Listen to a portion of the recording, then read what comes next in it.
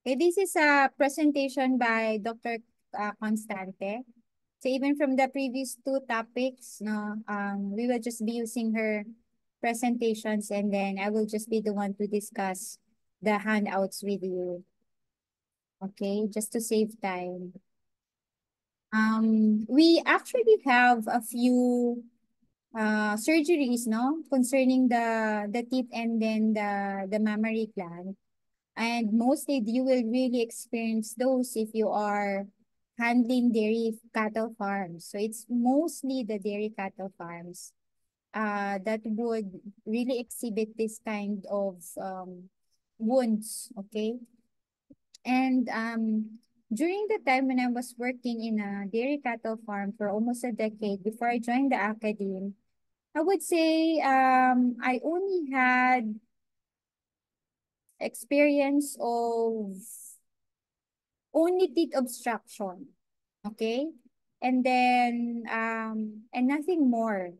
But when I was handling another farm as a consultant, I was able to do mastectomy because of severe mastitis. So I'll discuss it later on the mastectomy. But the more common ones that we would really deal with are the ones that are in this handout, which are the teeth obstructions, teeth lacerations, and just the simple ones that you will see now, just simple cuts in the teeth. Okay, and some with just the simple teeth lacerations, of course, the teeth is still very much savable, especially if you have prompt action on cleaning the wound and then closing it. That's why it's very important to have close monitoring of the teats by the milkers, and then the milkers will report them to you so that you can do the necessary minor surgeries as soon as possible. So let us review the anatomy of the udder of the dairy cow, looking at it behind. Okay, so imagine it's as if you're the milker and then the cow is in front of you, eye level. So this is how it would look like. Externally, the one that you can easily see would be the teeth end. And this would continuously be open 10 minutes after milking. So that's why from your zoo at 115, it may have been mentioned to you that one of the management practices that we do to prevent mastitis is to prepare the feeding trough right after milking so that they will stand while eating and not sit down. And that will keep their teeth and clean for at least 10 minutes, waiting for closure of that teeth end, no? So that none of the debris will be coming in, okay? So going towards the body of the animal, we have the teat cistern, which is again involving a sphincter that will close, no, and will provide an aseptic environment of the udder of the cow. Okay. After the teat cistern, we have the gland cistern. So these are some muscular tissues that would pump out the milk coming from the udder going to the teats. Furthermore, the milk producing tissues would now be then the alveoli, and the aggregates of these alveoli are the lobules. In between the two others, because we have four others for our dairy cow and we have two others for our three small ruminants. Okay. But looking at this still picture, we are only being shown the hind udder. So it's on the left and on the right. And in between those two udders is should be a very strong udder suspensory ligament. So when the cow is still a heifer or like a first time mom or a second time mom, the other suspensory ligament is still very strong. And this gets damaged over time if the milking process is not very good, such that you have inexperienced milkers, you have the malfunctioning milking machines. So the other is being pulled downwards more than it should, so the suspensory ligament stretches, no, over time, and then you will have pendulous udders, okay? But they start off with really close to the body of the animal, so the suspensory ligament is strong. And this ligament actually, the strength of the ligament can be passed vertically. So you can also choose your dams wisely, no? You can choose whichever's are really producing or like showing very strong suspensory ligament. So you try to maintain that in your herd as opposed to those that are producing pendulous moms in the family, okay? Aside from the suspensory ligament, you also have lateral ligament that could also ensures that the udder is quite intact or like as much as possible, also close to the side of the body of the animal. Okay, not sagging. Okay, so those are the important points to consider in the anatomy. And this is just to show you a more in-depth anatomy of the alveoli, where we have the secreting milk secreting cells. And I'm sure, no, if you can still remember from your ZOT 115 lecture handouts, it was mentioned there about blood, no? So that's why the blood capillaries surrounding the alveoli they play a very important role in milk secretion. And part of this other would be here, no? Looking at the picture at the very bottom, you have the first Sternberg's rosette, okay? And this first Sternberg rosette like should be should be contracted, no, or should not be relaxed over time. Otherwise, the sphincter would not function properly. So there will be loose milk if this does not function properly. No, so that's why parang there's an open and closed valve wherein the closed valve will keep the milk inside, would keep it inside rather than dripping. So over time, this can also gets damaged if the teeth end is not properly moisturized, it's not cleaned properly, it's not dried properly. So you would have chopping of the teeth ends, same as how we have our lips, no, during very bad weather, very cold weather, no, and we're not using moisturizers for our lips, we may have chapped lips as well. So same goes with the teeth ends. And the teeth dip that we are using, be it the pre-teeth dip or the post-teeth tip dip, teeth dip, they both have moisturizers or emollients that would keep the teeth ends a little oily, no, or lubricated so that they would not chop over time. Okay, moreover, here is how the actual udder would look like. And this is a somewhat normal teeth udder such that it is not mastitic because we don't see any scar tissue. And you see the structure, no? The structure of the teeth cistern that's very obvious comparing it to the diagram. And then we also have the rosette of Furstenberg, okay, wherein we see that narrow canal uh, where the milk will be going out. Okay, the streak canal or then the teeth canal. Okay, when we do this teeth or mammary surgeries, most often the animals can be in standing position in a very good, okay? In the absence of a shoot, no, it would be better to have the animal in lateral recumbency. The recumbent side would be the side away where the teeth is where the damaged teeth is. Okay, so such that if the damaged teeth is on the left other, so the animal will be on the right lateral recumbency, so that the damaged teeth is on top. Okay. So with the teeth surgeries that we have done before, the minor teeth surgeries, so they can be done while the animal is in the milking parlor where it is elevated and it's easier for the surgeon to do the operation since the teeth is on its eye level. Okay?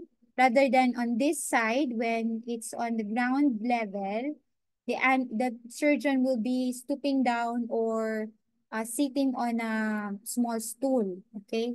So this is a common shoot which actually we're using for hoof trimming, no? If you can remember my video on hoof trimming, which was taken in New Zealand. So this is exactly that. And what's special about this shoot is it doesn't have it doesn't have a lot of the horizontal bars. So you have easy access on where the other is. Because you just have a chain on both sides of the leg part of the cow and also behind, no? So you have a chain over the hind legs to keep the animal from backing up. And also, of course, you have um head your head restraint right here. Okay. So you call that the Whopper box. So it's very simple and it's light actually. The Whopper box is light as compared to a crush like this one where you have optimum restraint, but it's difficult to work with if you're going to do any surgeries. But with this particular customized crush, you see several gates. So you can open a certain part of the animal depending on where you need your surgical site is. So we have like a smaller gate at the back. So you can open that on the side. So the other part would be open or the hind leaves would be quite easy to access. Okay, same goes as with this larger gate going to the front part of the abdomen or also to the front legs and then the chest area. Okay, I need additional restraint in the Whopper box. So you have your tail no being pulled up and then you can tie it up right there so it would not be a hindrance or in any impediment while you are doing your teeth surgery. Okay, a tail jack. And then we also have this kick bar. So it's this like horizontal bar. It's a separate or like just an additional bar that you can use to prevent the animal from kicking, especially if you're doing the surgery outside of a Whoopper box or a chute. So from your ZOT 115 handout, I have shown you this particular kick bar or kick restraint. Again, using the Whopper box, this is how we lift the leg. I have a video of this from your 115 as well. So you can review yourself on how this works. It's basically with this rope, you have to put it inside the hack area of the cow and we have a gear and you just have to roll it out and this will mechanically lift the hind limb of the animal. So you cannot lift both legs only one at a time. You only have this one rope. So it can go either the left or the right. And it's important for you to lift the leg so that you can have a better look of the other. Otherwise, no, if both limbs are just at the ground and there's like standing, the animal is standing, it will be difficult for you to have access on the back part or back side of the other. Okay. As always, it would be good for you to combine any of the things that techniques of restraint that you know, which you learned from your 115, which are your moral restraint, or your chemical restraint. Yeah, and then you have your physical restraints and whatever tools that you need to have a more effective restraint. Okay, if safety is a concern, such as when I mentioned earlier that you don't have any access to this type of boxes or chutes, you can do lateral recumbency and the animal is definitely sedated. Otherwise, it will not allow you to be in that position for a very long period of time. So when we do sedation, we use just like xylazine. That's what we commonly have. And then we do we use lidocaine. So extensively, we use the local anesthetic technique for that. And it's just that we don't want to use any other than the lidocaine to prevent tissue sloughing or necrosis. For the teats, the technique we usually use is the rim block, okay? And depending on the severity of the wound, so you might need to use an anti-inflammatory, okay, so you have these different kinds here. The common that we use would be the flunixin and ketoprofen. So for large animals, we don't use meloxicam. We don't have access to like large packaging of oral meloxicam. And we commonly use topinamic acid or flunixin meglumine. Okay, we also have access to ketoprofen, but the more that I have experience using when I was in the dairy cattle farm was the flunixin and then the topinamic acid. Okay, when we give the lidocaine, we commonly give it by sinus infusion. So there is no injection happening. You just infuse the lidocaine inside the teeth cannula, teeth orifice, okay, or the teeth canal. So you can use your 20 cc syringe, okay, with the spout right here, but without the needle. And then you just flush it or infuse it inside. Okay, the thing with using infusion is, of course, by gravity, excessive lidocaine will just drip down. So you can either close the teeth canal manually and then lift it up so that it won't drip.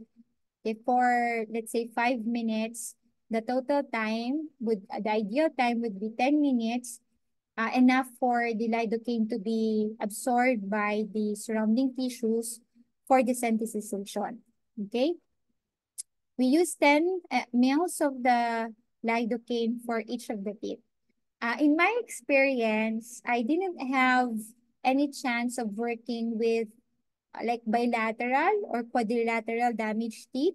It's usually unilateral, no? Sometimes because of a pendulous odor, one cow or the cow herself was able to step on her teeth, no? So then it gets really damaged. It would be very much ano na yung ano ba yan? Uh, colored violet na, no, because of the extensive damage to the teeth. Because imagine, no, the heavy weight of the cow stepping on the foot, no, stepping on the teeth. So parang to the point of the teeth is about to die because of the lack of circulation to the teeth end. Okay? So we may use teeth sinus infusion if there are polyps to be removed or if there needs to be any surgeries on the sphincters or involving the sphincters. The more common one that we use would be the ring block. So with this, we need to use a syringe needle and we give at least 10 mils per side and we have 4 sides. So it's like a quadrilateral partitioning of the diameter of the teeth, okay? So that you will have an idea where next to inject the upcoming dose, no, of the lidocaine. So it's at least 10 mils, okay? 10 to 20 mils. When you inject it, no, just be careful not to go through and through. So you have to be mindful. Just looking at this picture, the syringe needle was not really injected deep into the teeth. So just about 1/3 of the length of the needle is inside the teeth, and then you now give the lidocaine. Okay, so commonly we just use 4 sites now, but if you feel there's a need to add more 2 sites or if the teeth is very large, for example, you're working with a pure Holstein Friesian, Then you can do so, increase it to another two sides. Okay, so you can use without tourniquet. So in my experience, when I did this, I did not use any tourniquet, and it was fine naman, no, even without the tourniquet. Okay. Still, you have to be mindful for any vessels. That's why you have to aspirate every time before infusing the local anesthetic. I said this is how it should look like. So you do not inject anywhere. So at the base of the udder, in conjunction to the teeth, that's where would be the ideal site for injection. Okay?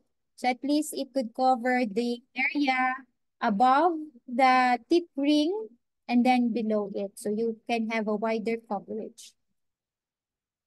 Okay, another technique would be the inverted C block. Okay, it's inserting a very small amounts of 1 cm, and it's only on one it's commonly only on one side, but you can also cover the other side. And the reason why you use this, because you see that there's a cut, no, in front, and so that's where you want more desensitized than at the back. So you concentrate on giving the lidocaine where you see the cut. So that's why you very near to where the cut is.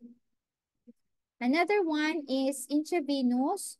So you have to make a tourniquet so the mammary vein or the teeth vein would be more obvious, and then you will inject it directly to the vein. Okay?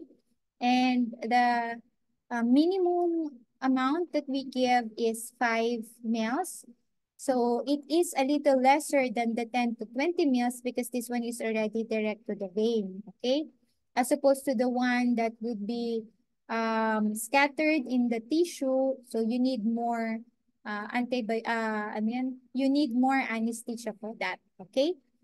So if you have any concerns on the availability of your lidocaine, so this may be a good alternative for you.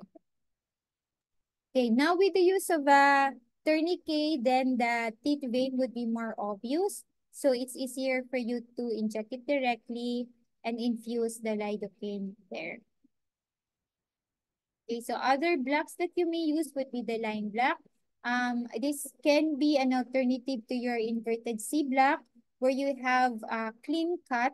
So you can just infuse via a line block on the left and right side of your clean cut.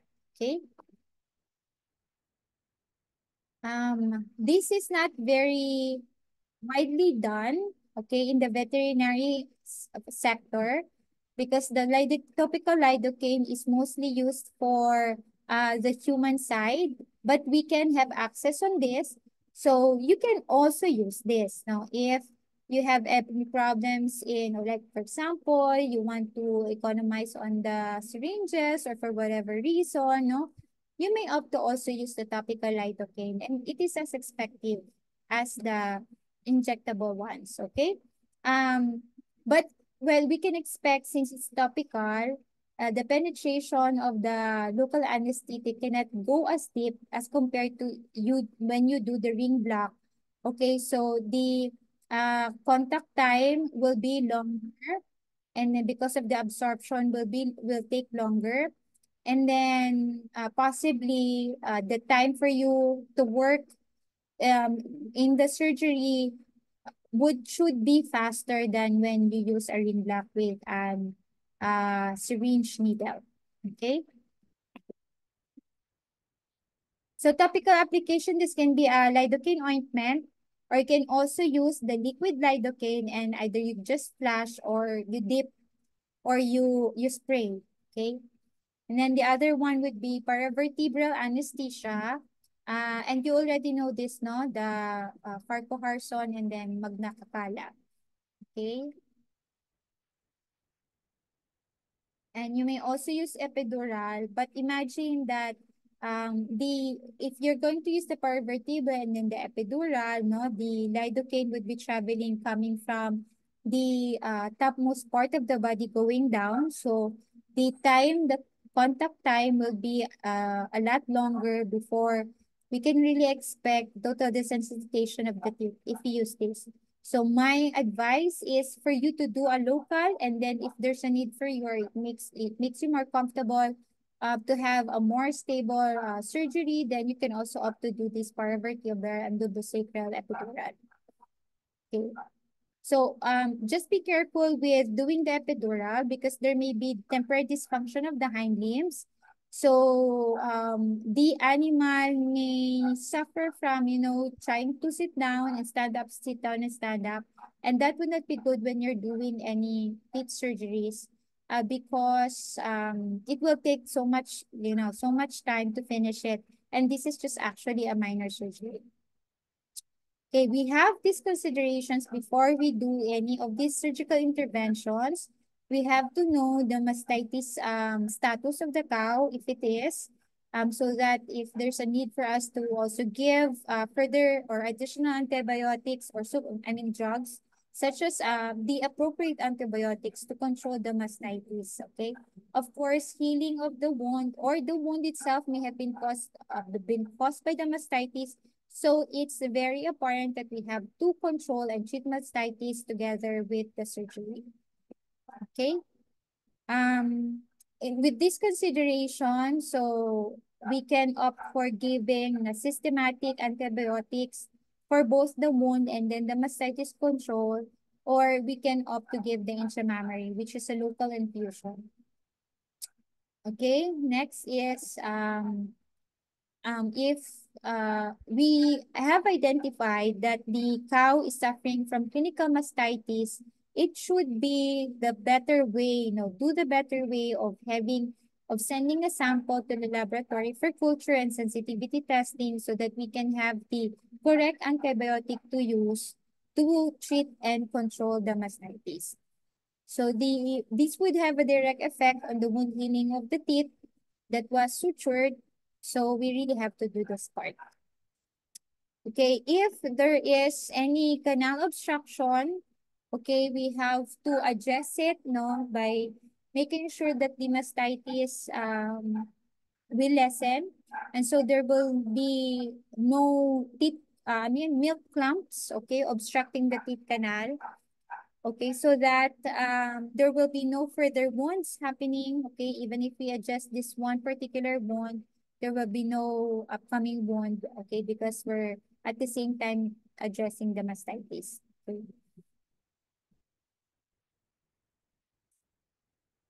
Firstly, when we try to examine the teeth, we look at it from afar, then we look at it closely. In this particular picture, we see extranuminary teeth. Okay? Kasi parang ano or ano na, patay na yung isang teeth. Okay? Um, but in conclusion, this other does not look very good.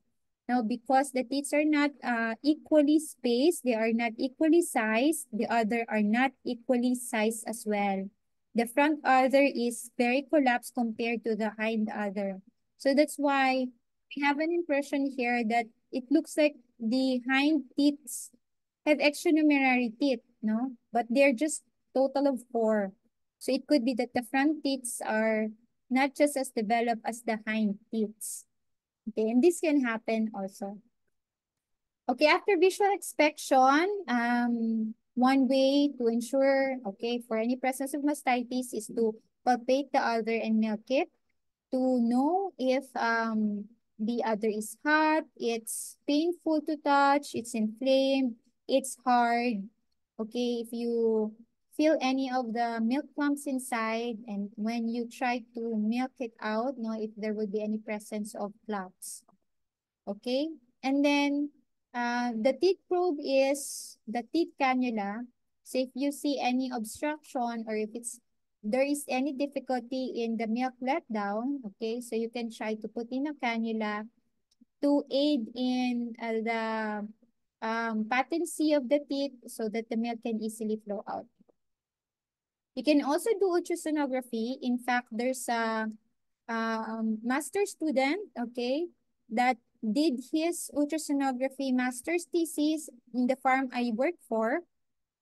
So I was involved in his study, and he tried to do teeth ultrasonography as a way to detect subclinical mastitis. Okay, and indeed, if the animal is with mastitis, you can see the milk clumps. You can observe it. Okay. Okay, another one is endoscopy. Okay, I have not done this before, but this involves endoscope with a probe that's thin enough to get inside the other. Okay, and we can do contrast radiography, although not practiced here in the Philippines, and this would allow us to have an idea of the extent of the blockage, no? Same as when we do contrast angiography. So instead of, determining the flow of the blood, so this one, the flow of the milk naman. So we can see the branches of the alveoli if every branch is healthy. Okay, this is an example of a teeth cannula. So it has two holes on both sides that are not on the same level. And the end is not sharp. Okay, so blunt lang yan. So you will put lubricant at the end or at the tip so that you can easily insert it in the teeth canal. And this has several sizes. So it seems that this one is a short one, like a 1-inch teeth cannula. You can use this with heifers and also for large cattle as well. But for pure animals, pure Holstein Friesians, we use at least 1.5 inches, and you can also have 2 inches variation of this teeth cannula. Okay. Honestly, it's not a necessity for a farm to have a teeth cannula, but if you have several mastitis cases, you will really need to have teeth cannulas. Okay? These are stainless steel tools that you can just, clean, disinfect, okay, every time, every after use so that you can reuse using with the other patients. Okay?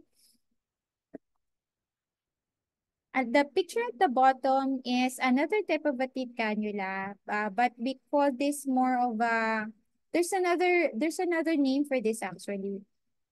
Because this has a stylet inside, so it has a capacity to um you can pump in, okay? So you can pump in solutions inside rather than with this teeth cannula where you rely on the pressure of pushing the medication inside. So it could be lidocaine, it could be povidone iodine if you're trying to clean it.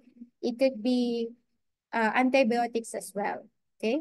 So sometimes we use antibiotics that the systemic antibiotics that we have, the preparations that are not really intended for intramammary, but since we don't have access to those commercial intramammary infusions, we just use those systematic antibiotics, and we just use a teeth cannula to infuse them in the teeth canal. Okay.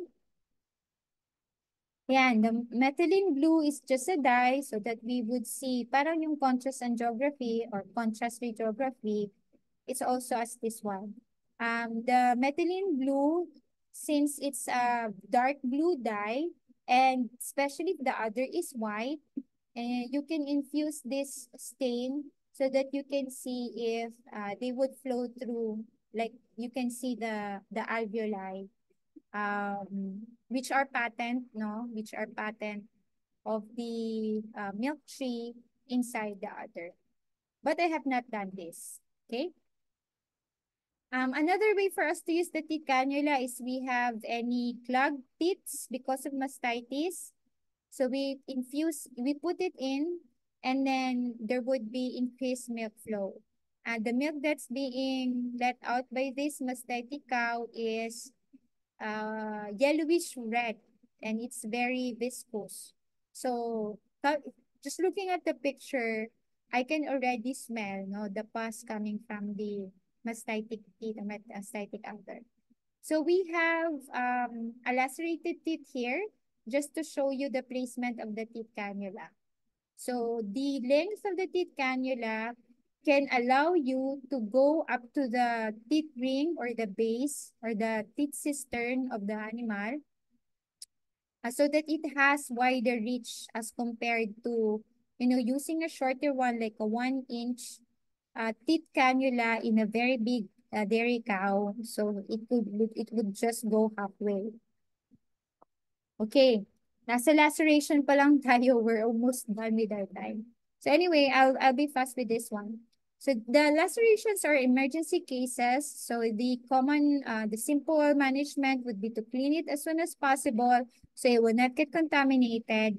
And then I honestly, I have not been doing this hydrotherapy for as long as we use DMSO instead for our as our anti-inflammatory and antibacterial solution.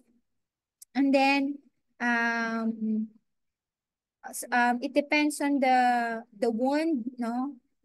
We may just subject it to secondary intention healing with religious wound cleaning at most every 12 hours. Okay, so we use herbal topical spray and just clean it every day. Okay, so that's for secondary intention healing. Um, Especially if you have a case such as this one where the sacrifice tissue is already very big and you can already see what's inside the teeth cistern. So you will just wait for secondary intention healing. What you should monitor in cases such this is that the teeth canal should not be compromised. So when it's healing, no, the tissue inside should not contract, so that you can still have that patency that you want, so that milk can still flow out coming from the other. Okay, this is a complete or complex laceration. And again, you have to do the wound management ASAP. And with this, you can do suture. And it's widely advised for you to do the suture so that the healing would be faster. Same as this one, no? So these are just lacerations. These are still very much savable because the healing of the teeth is very, like, very good and very fast, very promising. Okay, you're just going to be mindful of the information again to make sure that at the end of the recovery period you still have a patent tooth canal. Okay, so you may also use a teeth probe to determine, no, how extensive the wound is. If you still want to, if you can still feel, no, the patency of the teeth cistern and up to what part of the tissue inside has been damaged. Okay, so the picture on the left is easier to manage, right, compared to the picture on the right, because you now have a crooked teeth. So when you try to insert the teeth cups, it will pose a slight challenge in milking the teeth on the right, okay, rather than on the left. And then with this one, no, this is like the skin was locked off on the picture on the right. So you can just do a second intention one. Okay, other non-perforating lacerations, these are just simple ones. So what you can do is just wound management, and you can also apply teeth bandage just to protect the teeth. So because when you're in a dairy, several of the areas are very muddy, and also in the milking powder it's very wet. So just to protect the teeth from not being contaminated. Okay, so you leave it, but not for a very long time, okay? Because it also needs aeration for the wound healing.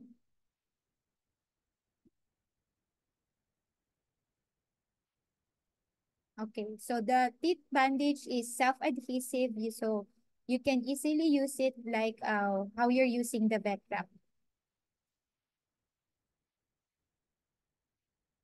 More lacerations, so we have a presence of necrotic tissues, so same concept as how we deal with wounds, so we just debride so that there will be apposition of the remaining tissue. So this one, I have similar cases as this one. And what we did before was to clean the wound, debride, and then to suture it with just simple interrupted. Okay. So after debridement, so it would look as fresh like this one. So it's easier now to do the suturing because you can easily see the skin to be opposed. The type of size of the suture is as thin as possible. So we can use four. If you have access to five, that would be nice as well. It's the same size where when we use for our eye surgeries. So they don't have to be thick, just like a thin kind of thread to oppose it. So when you're also using absorbable, it will be faster to be absorbed by the teeth tissue. Okay. The needle doesn't have to be a cutting needle because the teeth tissue is very soft. So you can do away with using just round needles for this one. Okay, especially if it's still on the tissue inside, not on the skin. So you can use continuous suture. You can also use submucosal or intradermal layer for this. So it would, parang aesthetic ba? And then, aesthetic, no, mas maganda siyang tingnan, no? If you're using intradermal. So you can use 4 or 5 round needle and another continuous suture pattern for this one. Okay. For the skin, we commonly use simple interrupted, and this one you can use 3 aught and the cutting needles because of the skin no is a little thicker than the one tissues inside or subcutaneous tissues inside.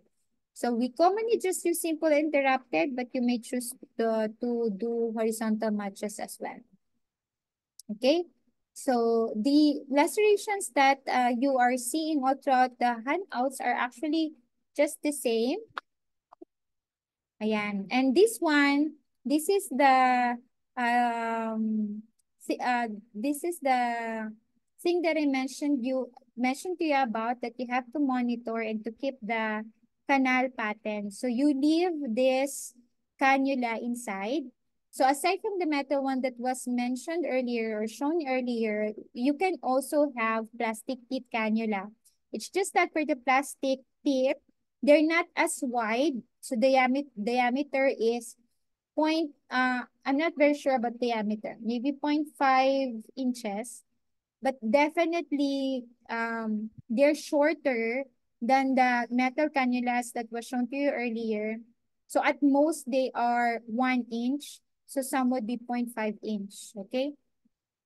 And one of the reasons for the usage of the plastic teeth cannula is for this. So when you are trying to keep the patency of a mastitic teeth, it's better for you to use the teeth cannula, the metal teeth cannula that are longer. And then the teeth cannula you reserve for this one. Okay? Ayan.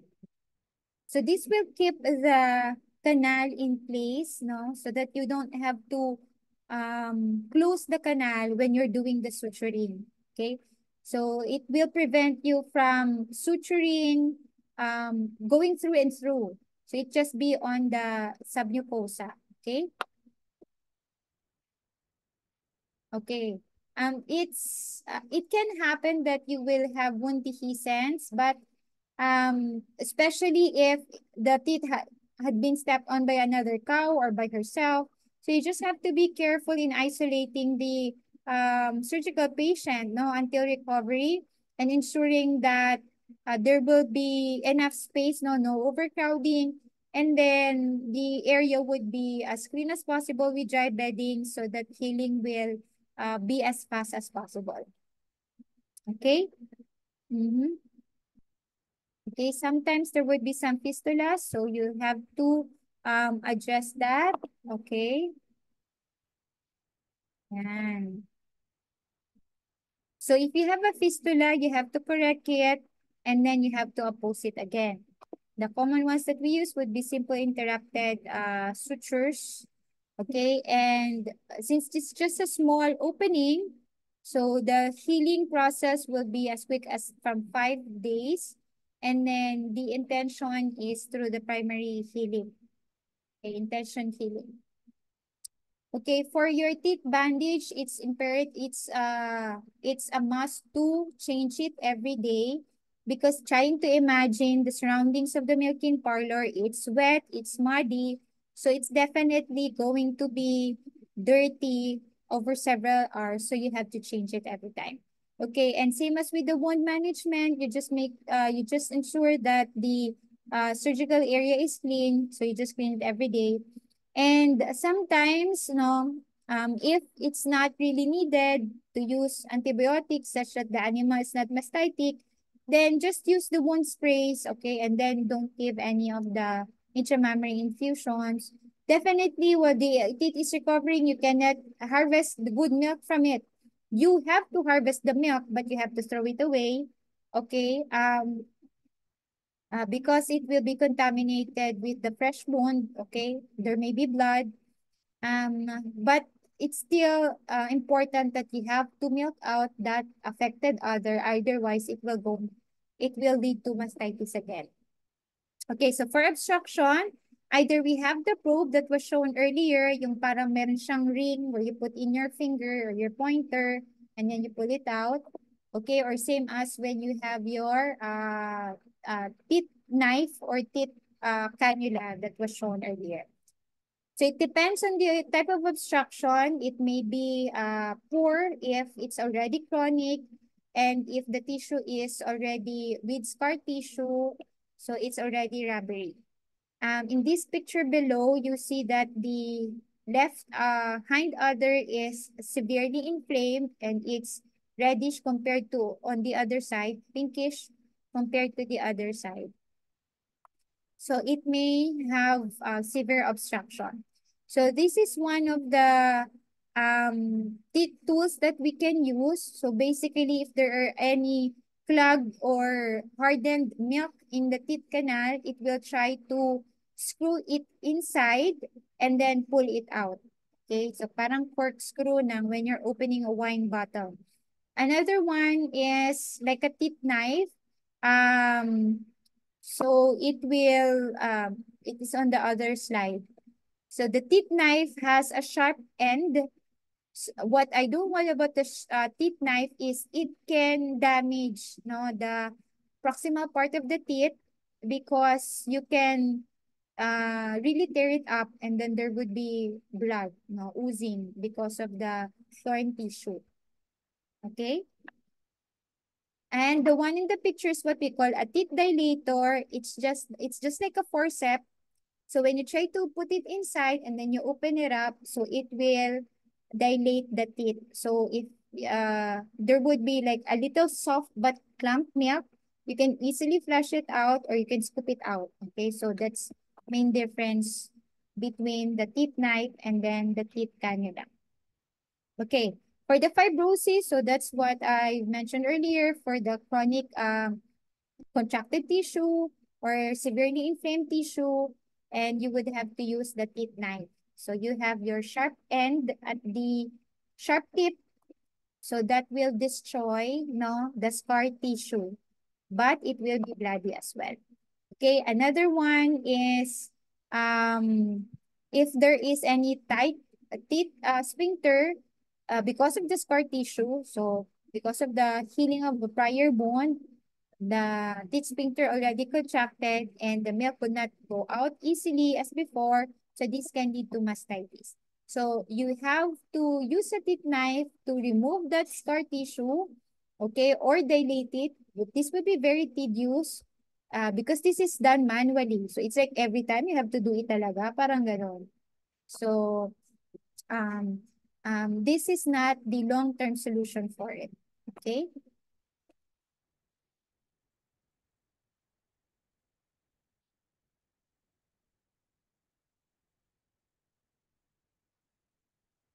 Okay, do you have any questions? We have 1 minute left.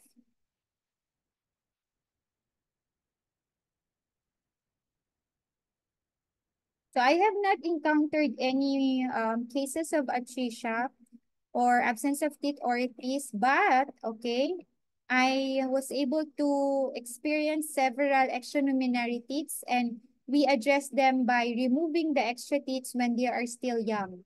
So as soon as 7 days old, no, as soon as they get born, so the caretaker would look at the physical appearance, if anything is abnormal and easily it's identified, and then within a week we can just cut it out with the scissors and then treat it as wound. So that's how we address the extranumerarities.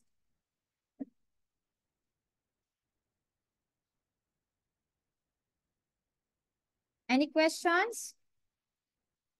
Okay. So if you don't have any questions, this ends our lesson. So I'll just be monitoring for any queries on the three topics under me for this third part of the lecture, and I'll just post them in our Google Classroom as mentioned earlier. Thank you for attending. Goodbye.